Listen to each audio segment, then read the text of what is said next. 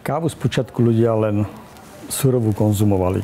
Neskôr zistili, že sa dá pražiť a po rozdrvení pripraviť z toho lahodný nápoj.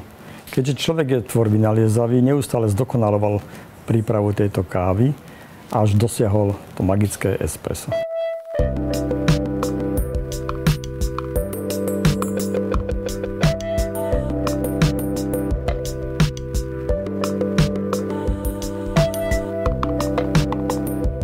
Talianské espresso je v súčasnosti považované za najkvalitnejšiu pripravenú kávu. Robí sa pod tlakom 8 až 10 barov pri teplote vody 90 stupňov počas vyluhovania 20 až 30 sekúnd.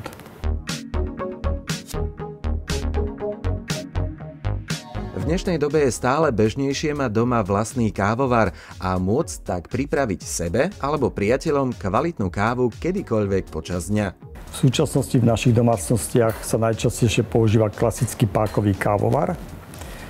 Začínajú prevládať aj automaty s vstavaným mlynčekom a v poslednej dobe sú to aj tzv. Kapslové alebo poduškové kávovary.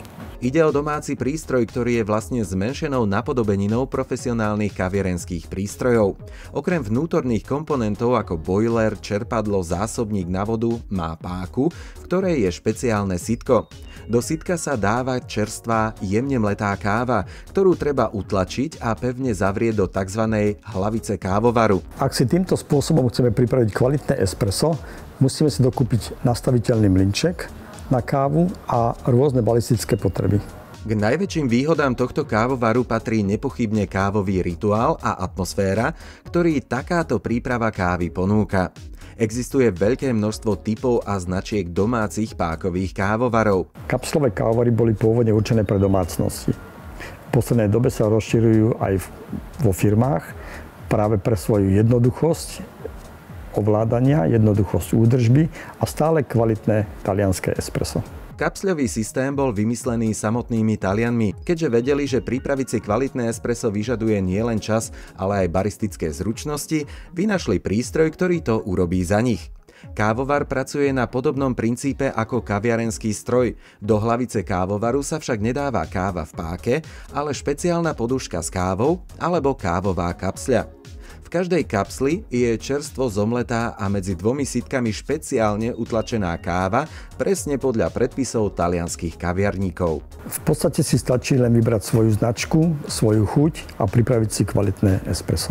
Medzi výhody tohto typu kávovaru patrí nízka obstarávacia cena, kvalitná káva, kompaktné rozmery, tichá prevádzka, rozmanité kávy a v neposlednom rade veľmi jednoduchá príprava a minimálna údržba. Automatické kávovary sú určené najmä pre tých, ktorí chcú mať jednoduchú prípravu kafe latte, kapučína alebo aj samotného espressa. Automatický kávovar je pohodlný, často veľmi elegantný prístroj, ktorý má zabudovaný mlynček, úplne automatizovanú prípravu kávy a často dokáže pripraviť jediným stlačením aj mliečne nápoje. Stačí nasypať do zásobníka zrnkovú kávu, pripojiť nádobu s mliekom, zvoliť typ nápoja a jediným stlačením môžete mať kávu, kapučíno či kafé latte. Pri výbere automatického kávovaru nie je potrebné si všímať, koľko má barov. Ten stroj vám vždy pripraví kvalitné espresso. Radšej sa uistite, či má kávovar trvanlivé komponenty, precízne spracovanie, spoľahlivý mlynček, kvalitnú technológiu na prípravu mliečnych nápojov a keďže vám zaberie pomerne veľa miesta v kuchyni, mal by mať aj hodnotný a nadčasový dizajn.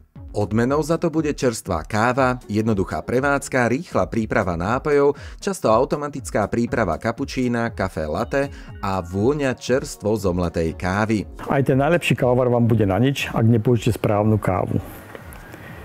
Akú kávu používať na talianské espresso, akú na kapučino alebo kafé latte, si povieme na budúce.